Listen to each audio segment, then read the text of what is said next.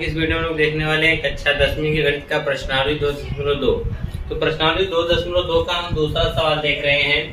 कहा है कि एक द्विघात बहुपद ज्ञात कीजिए जिसके शून्यांकों के योग तथा गुणनफल क्रमशः दी गई संख्याएं हैं। यहाँ पर देखिए आपको जो इसमें कहा है कि इस शून्यांकों का योग यानी जो पहली संख्या वह शून्यांकों का योग है तथा दूसरी संख्या क्या है गुणनफल, क्योंकि उसने कहा है क्रमशः यानी क्रम से आने वाला। पहले योग का है तो पहली संख्या योग तथा दूसरी संख्या क्या है गुणनफल है। तो हमको योगफल और गुणनफल की सहायता से क्या ज्ञात करना है, द्विघात बहुपद ज्ञात करना है। तो पहला सवाल हम कैसे लगाएंगे, लिखा है कि एक द्विघात बहुपद ज्ञात कीजिए। तो हम मान लेंगे क्योंकि हम जानते हैं कि द्विघात बहुपद का व्यापक रूप क्या होता है ax² प्लस bx प्लस क्या होता है c। यह द्विघात बहुपद का व्यापक रूप होता है। इसी के रूप में हमको द्विघात बहुपद लिखना होता है। तो लिखेंगे माना द्विघात बहुपद, माना द्विघात बहुपद ax² plus bx plus c है। यानी इसके जो द्विघात बहुपद है वह क्या है ax² plus bx plus c है। और जब बहुपद है तो इसके शून्यांक दिया हो तो शून्यांक भी हम मान लेंगे तथा शून्यांक ठीक है, या शून्यक भी लिख सकते हैं। अल्फा व बीटा है, इसके शून्यांक जो है वह कौन कौन से अल्फा और बीटा, यानी इन दोनों मान को रखने पर इस पूरे जो द्विघात बहुपद है इसका पूरा का पूरा मान क्या हो जाता है 0 हो जाता है। तो पहला हम देखिए योगफल दिया है, इसका मतलब हम लिखेंगे योगफल या योग बराबर। तो योगफल क्या, शून्यांकों का योगफल यानी अल्फा प्लस बीटा बराबर कितना दे रखा है 1/4। अल्फा प्लस बीटा बराबर कितना दे रखा है 1/4 दे रखा है। परंतु हम लोग जानते हैं कि अल्फा प्लस बीटा मूलों का योगफल बराबर क्या होता है माइनस x का गुणांक बटे में x² का गुणांक, बटे में क्या होता है x² का गुणांक।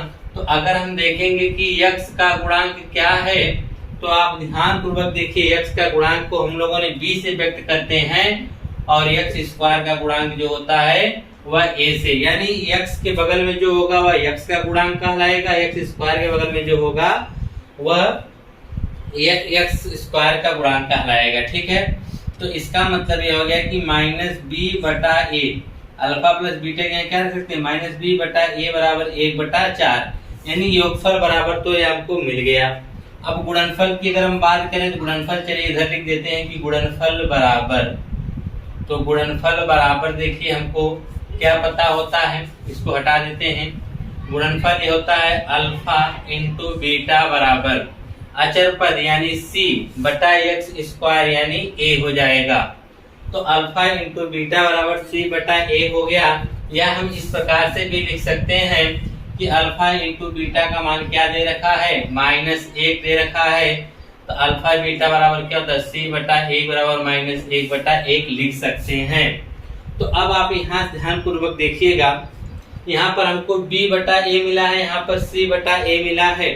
तो अब हम यहाँ पर a b c का मान निकालकर इसमें हम रख देंगे तो हमको द्विघात बहुपद मिल जाएगा। लेकिन ध्यान से देखिए यहाँ पर a बराबर 4 है और यहाँ a बराबर क्या है 1 है, दोनों मान नहीं मिल रहे हैं। यह b का मान 1, यहाँ c का मान 1, तो आप दिख रहा होगा, लेकिन यहाँ पे a के दोनों अलग अलग मान हैं। तो आप कौन सा मान लेंगे, तो ऐसी कंडीशन में हम क्या करते हैं कि दोनों मानों को हम बराबर कर देते हैं। दोनों मानों को बराबर करने के लिए हम क्या करेंगे, दोनों मानों को बराबर करने के लिए हम लोग क्या करेंगे, यह 4 है और यह 1 है, 1 को भी 4 बना दो, ऊपर नीचे 4 से गुणा कर दो, यह हो जाएगा -4 और यह भी क्या हो जाएगा 4 हो जाएगा। तो अब आप देखिए a का भी मान 4 हो गया, a का भी मान 4 हो गया, b का मान -1, यहाँ -b है तो इसका मान माइनस होगा। ठीक है, c का भी मान -4 ऑलरेडी पहले से दे रखा है। तो लिखेंगे तुलना करने पर, मानों की क्या करने पर, तुलना करने पर। जब हम तुलना कर रहे हैं तो हमको क्या मिल रहा है a बराबर 4 मिला है और b बराबर, क्योंकि यह b बराबर चाहिए ना, तो b का जो मान होगा वो माइनस होगा, यहाँ -b दिया है ना, तो माइनस इधर भी गुणा करेंगे, माइनस इधर गुणा करेंगे, यह तो प्लस हो जाएगा, लेकिन यह क्या हो जाएगा माइनस, यानी बी का मान -1। सी बराबर भी हमको क्या मिला है -4। तो हमने ए बी सी का तो मान निकाल लिया है। अब हमको क्या करना है कि इसी द्विघात बहुपद में क्या करना है, सभी मानों को रखना है। ठीक है, तो जब हम सभी मानों को रखेंगे, लिखेंगे कि यहाँ पर हम देखिए इसकी शर्त क्या होती थी।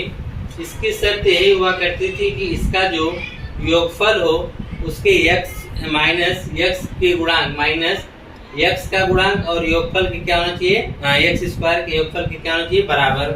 और गुणनफल क्या कहता है कि उसके अचर पद और x स्क्वायर के गुणांक के अनुपात की क्या होना चाहिए बराबर होना चाहिए। ठीक है, तो यहाँ पर जब हम लिखेंगे अतः एक द्विघात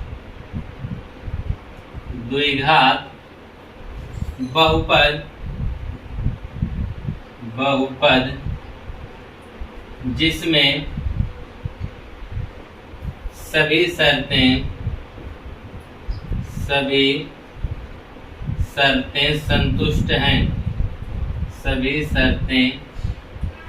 संतुष्ट हैं, तो जब सभी शर्तें संतुष्ट, शर्त देखिए क्या थी, शर्त यही था कि जो मूलों का योगफल होना चाहिए, मूल यानी शून्यांकों का जो योगफल होना चाहिए वह उसके x का गुणांक, ठीक है, x का गुणांक बटे x स्क्वायर के गुणांक की क्या होना चाहिए, दोनों बराबर होना चाहिए। योगफल का जो मान आएगा वह बराबर किसके होना चाहिए, -x का गुणांक बटे x स्क्वायर के गुणांक की क्या होना चाहिए बराबर होना चाहिए।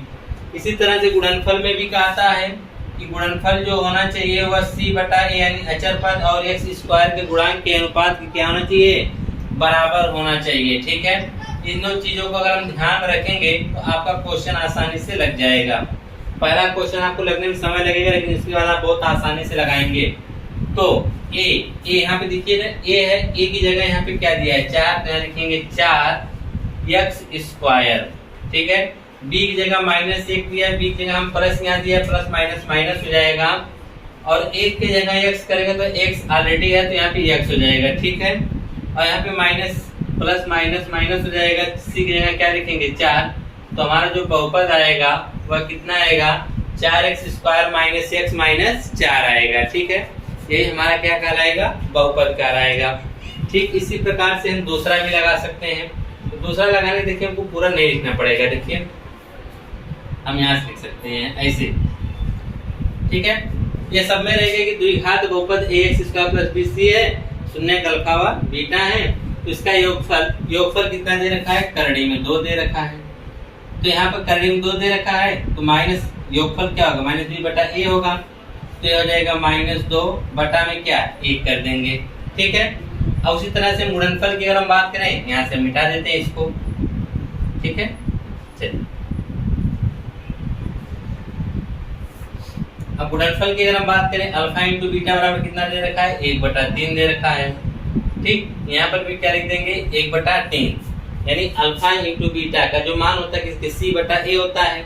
अगर अल्फा बीटा बराबर 1/3 है तो इसी गया तो योगफल गुणनफल हो गया, और इसका जो शून्यांकों गुणांकों में क्या संबंध होता है c बटा a, या भी 1/3 की क्या होना चाहिए बराबर होना चाहिए। ठीक है, तो अगर आप ध्यान से देखेंगे तो हमने हमारे पास यहाँ a बराबर 1 है और यहाँ a बराबर कितना है 3 है, तो हम क्या करते हैं कि इसको भी हम a को देखिए दोनों हमेशा a बराबर करेंगे, बराबर करने आपको गुणा करना पड़े गुणा करिए, भाग करना पड़े भाग करिए। ठीक है, तो हम गुणाई कर देते हैं, लिख सकते हैं -b बटा a बराबर करड़ी में 2 बटा 1 है ना, इसी में हम 3 से ऊपर नीचे गुणा कर देंगे, यह हो जाएगा 3 करड़ी में 2, 3 करड़ी में 2 बटा 3 कम 3, यहाँ पर यह है, तो यहाँ पे लिखेंगे मानों की तुलना करने पर,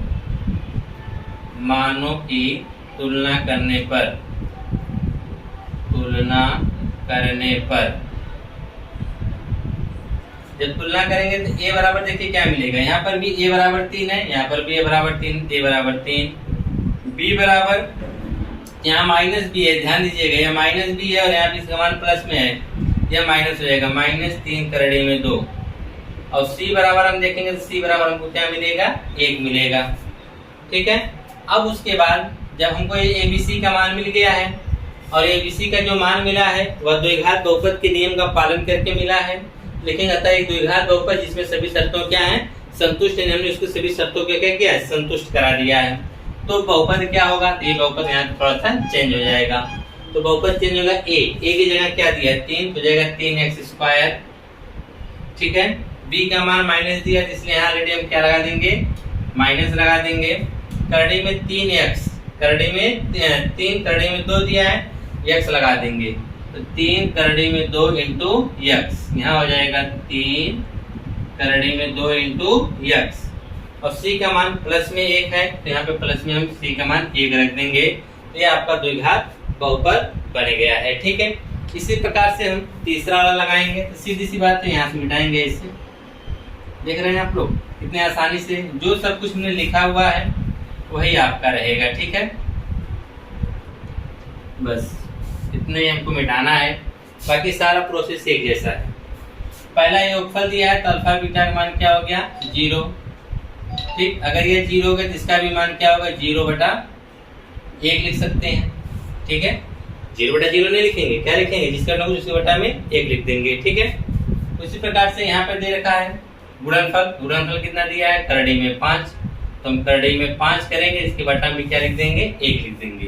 तो अगर आप यहाँ देखेंगे तो a का भी मान 1 है, यहाँ पर भी a का मान 1 है, तो यहाँ पर हम क्या लिखेंगे तुलना करने पर तो a बराबर हमको क्या मिलेगा 1 मिलेगा, b बराबर हम ध्यान से देखेंगे तो हमको 0 मिल रहा है, वो माइनस में या प्लस उससे मतलब नहीं है, और c बराबर क्या मिल रहा है करड़ी में 5।